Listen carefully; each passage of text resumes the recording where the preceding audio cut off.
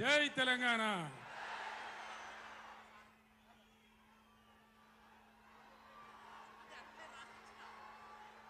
మీ అందరి అనుమతితోని నేను కూర్చొనే మాట్లాడన్నా, పర్వాలేదు కదా?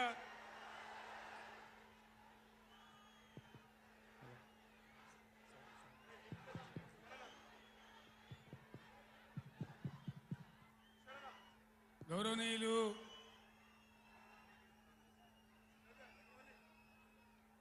బీఆర్ఎస్ పార్టీ పార్లమెంటరీ నాయకులు, పార్టీ సెక్రటరీ జనరల్ పెద్దలు కేశవరావు గారు,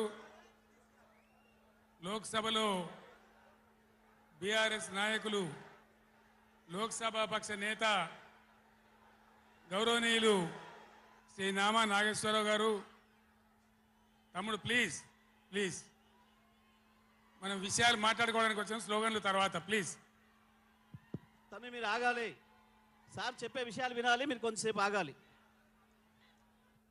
గౌరవనీయులు మన పార్లమెంట్ సభ్యులు, గౌరవనీయులైన శాసనసభ్యులు, శాసన మండలి సభ్యులు, స్థానిక సంస్థల ప్రజాప్రతినిధులు, ఇతర ముఖ్య నాయకులు, ఒక్క పిలుపుతో పులులలాగా కదిలి వచ్చినటువంటి నా అన్నాదమ్ములకు, అక్క చెల్లెలకు అందరికీ ఉద్యమాభివందనాలు.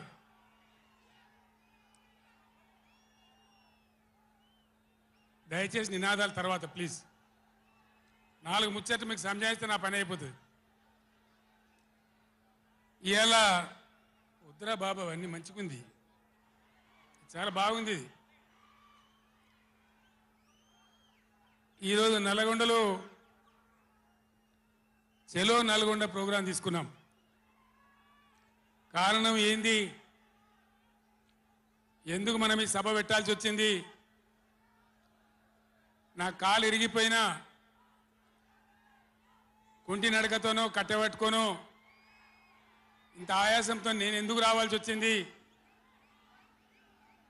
ఈ విషయం దయచేసి హరీశ్వర్ ఆగడా, ఆగరాదా? రాజేశ్వర రెడ్డి చెప్పచ్చు కదా ఒకసారి, వాళ్ళకి ఏంది అది సౌండ్ కింద చేస్తున్నాడు.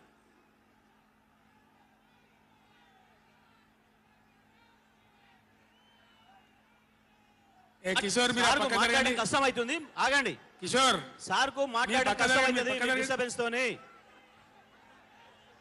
బాలమల్లు మీరు పక్క జరగండి, ఆగండి, మీరు జరగండి, మీరు జరగండి. చందర్ ఇక కాము ఉండండి, ఇక కాము ఉండండి. ఇక ఓ ఇటున్నారు అందరు. బాగుందా మైక్ ఆయన గర్రమంటుంది.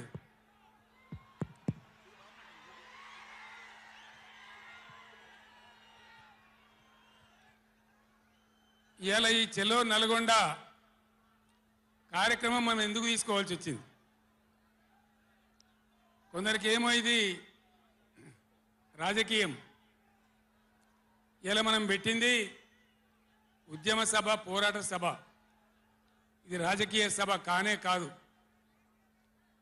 కృష్ణా నదిలో మన జలాలు అనేది, కృష్ణా నీళ్ళ మీద మన హక్కు అనేది మనందరి బతుకులకు జీవన మరణ సమస్య, సావో రేవో తేల్చే సమస్య. ఈ మాట తెలంగాణలో పక్షిలాగా తిరుక్కుంటా నేను చెప్పబట్టి, ఎవడా మైక్, అది ఎవడా మైక్, ఎవడా ఏమిరా నువ్వు కూడా అక్కడ నువ్వు అయింది?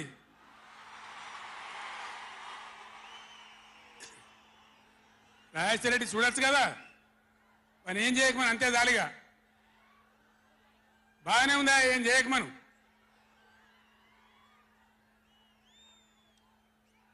ఇరవై 24 ఏళ్ల నుంచి పక్షిలాగా తిరుక్కుంటూ నేను మొత్తం రాష్ట్రానికి చెప్తా ఉన్నా.